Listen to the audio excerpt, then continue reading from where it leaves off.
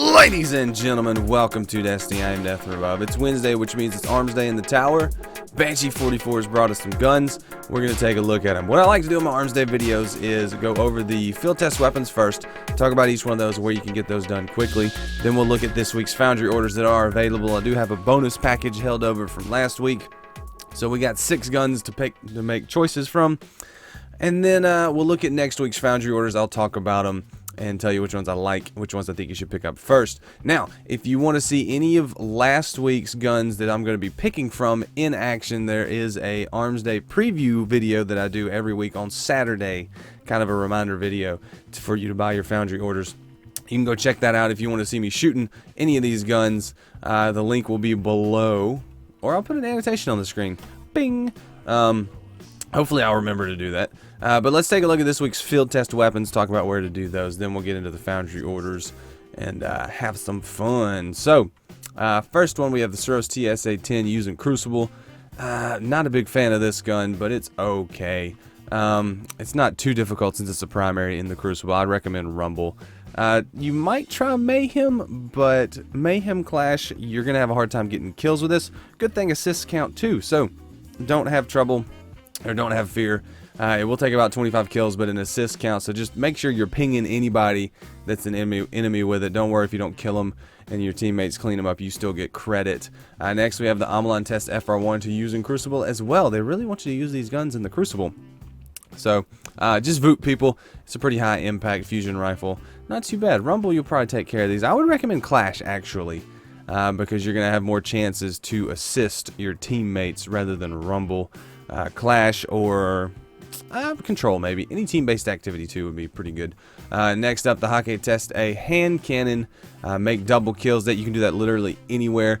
Omolon Test HC1. Make precision shots. You can do that anywhere. So it's going to go with this one. So Suros TSB-10 pulse rifle, use against vexed targets. So vexed. You're so vexed. No. Use against vexed targets. Mars or Venus. Take these 3. Kill the Vex first, then get precision shots, and then get double kills. You can do them all back to back, wherever you feel like doing it. And a double kill can be pretty far apart with this hand cannon. So it's not like you have to go boom, boom. It's like boom, and you got like 2 or 3 seconds to hit the next shot. So should be good on those 3 anywhere you want to do it, Mars or Venus. And then these 2 in the Crucible. So that should be fun. All right, let's get into the guns, because I'm pretty excited about this week. A couple guns I'm really favoring that I wish would get some good rolls. So first up, we have the Hakke Herja-D mid-impact, mid-rate of fire pulse rifle from Hakke. It is the same archetype as the hard raid pulse rifle that it is dropping. I'm sure it has different stats, but the frame's the same, and it shoots 4-round bursts. So if you want a bootleg raid pulse rifle, here you go. So we got last resort, unflinching snapshot, fitted stock injection mold. This is not bad. Unflinching's good. Last resort I don't prefer, unless you play a lot of 3v3. But even then, this gun in a 1v3 situation is not a good idea, or a 1-on-1, not a good idea. So I use this one more for 6s and taking people out from that mid to long range. Herja-D with glass half full rodeo, single point sling, fitted stock, and injection mold. That was decent. You want a little bit of stability on this gun because it kicks up and to the left, so you're going to have a little bit of a struggle there. And glass half full I do enjoy on this pulse rifle. And then finally we have feeding frenzy, danger close, snapshot, fitted stock, and oiled frame.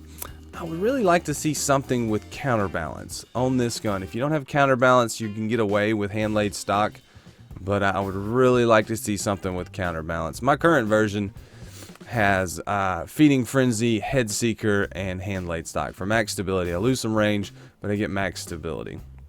So that's the kind of roll I was looking for. I want to pick up, and I'm going to recommend the third or the second one with rodeo glass half full. If you want to go ahead and grab one, that's the one I would pick up. Next up, we have the Hakke Strongbow-D shotgun, mid-impact, mid-rate of fire shotgun. Not the strongest, not the best, but look at there. I bet you this one has. I bet you it has those talents. If you've watched any of these other Armsday videos, you remember I held on to a Jingu Kogo-D looking for final round, feeding frenzy, and rifled barrel. Yep, of course, makes sense. Absolutely. Well, This is definitely a fun gun. I know from experience. You get that range, you get the feeding frenzy, you get the final round, shooting people, you get the kill, you get an increased reload speed for a short time, and you have final round. And you have, man, come on, man. Why has it got to be on this gun? This would be my ideal role on, like, any hard-hitting shotgun. If I get a Matador like this, oh my gosh, a Matador with those talents would be amazing. But we're going to look at the next two just to see what they got. Surrounded knee pads, fitted stock, hand laid stock, single point sling. No, because you're going to have no range with that gun. And then the third option, I love these two on a shotgun. Knee pads, crowd controls, but single point sling, hand loaded, and hand laid stock, no good. They're no good. You don't really need stability on a shotgun. Single point sling is good, but I can't imagine a situation where I would use this over some other shotguns. So definitely recommend that first one. I'm gonna get that. I'm gonna use it, and I'm gonna talk about that later because I'm really excited about that talent combination, even though it's on the wrong shotgun. One of the things I want to remind you guys is the field test weapons that you can do for Banshee. When you level him up, those weapons that you get to drop will drop. They should drop up to 385. I don't know that they'll go to 400 or 390. I know they will at least go to 385. I'm going to do some further testing and let you know for sure. But don't sleep on the field test weapons. You get some very good guns, very good either infusion fuel or going for those god rolls. And so definitely don't sleep on those. But let's get into the next Foundry orders. First up, we have the Suros ARI-41 mid-impact, mid-rate of fire auto rifle. What's this? We got perfect balance, feather mag, single point sling, rifled barrel, and persistence. I'm liking that combination right there.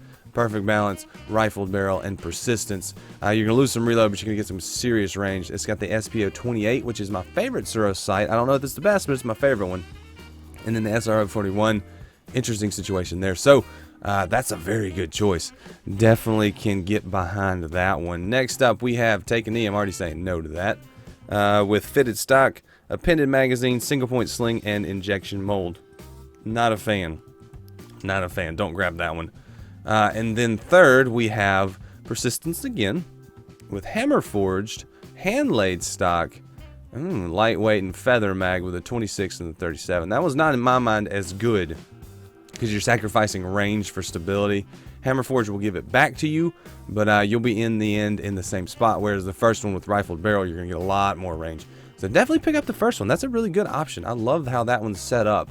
I will be grabbing that and definitely using it. So that's the first one. So the Gaheris-D, mid to high impact hand cannon. Got some interesting situations here. So I love a hand cannon with a reload perk. Feeding frenzy, kills with this weapon, increase reload speed for a short time. Like it. Crowd control, not a big fan on hand cannons. You're not going to be doing a lot of that. Snapshot, armor piercing, oiled frame. Okay. Those perks are going to be fighting with each other. Definitely fighting with each other. Then we have surrounded, final round, snapshot, high caliber, and reinforced barrel. Reinforced barrel I don't mind on this hand cannon, because hand cannons I don't have as much trouble with stability as other guns, but I don't like final round or surrounded on a hand cannon. Well, I like final round, but I don't like surrounded. And then we have Zen Moment, surrounded, snapshot, armor piercing, and oiled frame. So none of these are really speaking to me. Surrounded could be okay. Zen Moment I like on a hand cannon. Armor piercing, snapshot's good. Oiled frame, I want more range, but I don't necessarily have to have it. So we got surrounded on both of those. Feeding frenzy, crowd control. I like the feeding frenzy. I really do, because I end up getting a kill with the hand cannon and then immediately reloading. So I'm gonna go with the first one, because I think crowd control, feeding frenzy, and snapshot could be a good combination if you remember that you have crowd control on your hand cannon. But that 7-round mag is going to mean crowd control is probably not going to be very useful. That was just the one I thought. If you really want a good version of that hand cannon, hold on till next week. You might get something better. Next, we have the Suros DIS-43 mid-impact, mid-rate of fire scout rifle from Suros. We got 2 rangefinders, 1 unflinching. This is a 2-1-2 setup on talents. High caliber rounds. Rangefinder, snapshot, rifled barrel. Ooh, that one's got some range. 26, 37, and 19 scope. That's interesting. rangefinder, high caliber. I'd probably leave it on snapshot because you're not, I don't know. I mean, more range is always better. So interesting situation there. Then we have perfect balance, appended magazine, unflinching, snapshot, and injection mold. I'm not too concerned about stability on my scout rifles. I never really feel like I need it. The high rate of fire ones maybe, but the lower mid rate of fire, I'm not really concerned with stability. For me, I manage the bounce for some reason. As long as it goes up and down, I don't mind it. So we have hammer forged rangefinder, snapshot, reinforced barrel, feather mag. Man, they really want you to have some range on these guns. I'm gonna go with the first one. I really think the first one was the best. I like it. I like what's going on here with the rangefinder and the high caliber rounds, because you're gonna be bouncing snipers with this, and that's what you're going for with it. So good situation here with the first one. I'm gonna grab that one. Boom. Last but not least, we have the Kumakatok HC4 hand cannon. This is a gun that can be a lot of fun, and I'm seeing some good situations there. So this one, it is a mid-impact, mid-rate of fire hand cannon. It's kind of a higher rate of fire, lower impact. So it's really cool though, the talents you can get on this one and the way you can set it up. This one's got Zen moment, brace frame, single point sling, life support, and Eye of the Storm. If this was rifled barrel, I'd say this is an awesome gun, but it does not have a rifled barrel. Womp womp. Brace frame's good, but you're gonna lose mag size, and you just don't have the effective range with this that you do some other hand cannons. We do have Army of One extended mag, injection mold, Icarus, and Eye of the Storm. You can run some Army of One extended mag and Icarus on this and be very effective with close range aerial combat. So if you fancy yourself a hawk, do it. I don't know. That one's got an interesting setup that I would not be able to utilize very well, but someone else might. Then we have Mulligan, injection mold, lightweight, Icarus, and danger close. Let me show you the one that I have that I use and that I really, or a version that I have that I know is good because I've had similar versions. I did not move it to this character. Hold on a minute, guys. We'll remedy this situation right now. Where you at, gun? Oh, I'm gonna get you. Oh, I'm gonna get you. If you'll come here. Looking through my vault to try to find, there it is.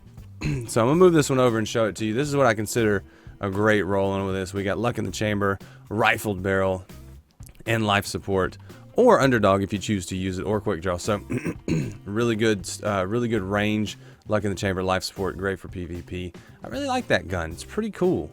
Pretty cool gun. As far as options this week, best option I would say was the first one. Grab that one if you want to have some fun with a hand cannon. Very stable, very useful. But hold on to that one until next week if you want to get a better roll than that. So let's talk about next week's Foundry orders, and I will do a video on each. I will do a video on all of these guns on Saturday. So if you want to check that out, look for that on this Saturday. But if you want to look at last week's video, any of the guns we just talked about, it's linked in the description. So we've got the Omolon FR4 fusion rifle, great fusion rifle. Hakke Herja-D again. Pulse rifle, mid-impact, mid-rate of fire. Then we have the Hakke Strongbow-D, the high-impact, low-rate of fire pulse rifle. That's actually very good. Suros JLB-42 rocket launcher, and the Omolon RR4 high-impact sniper rifle.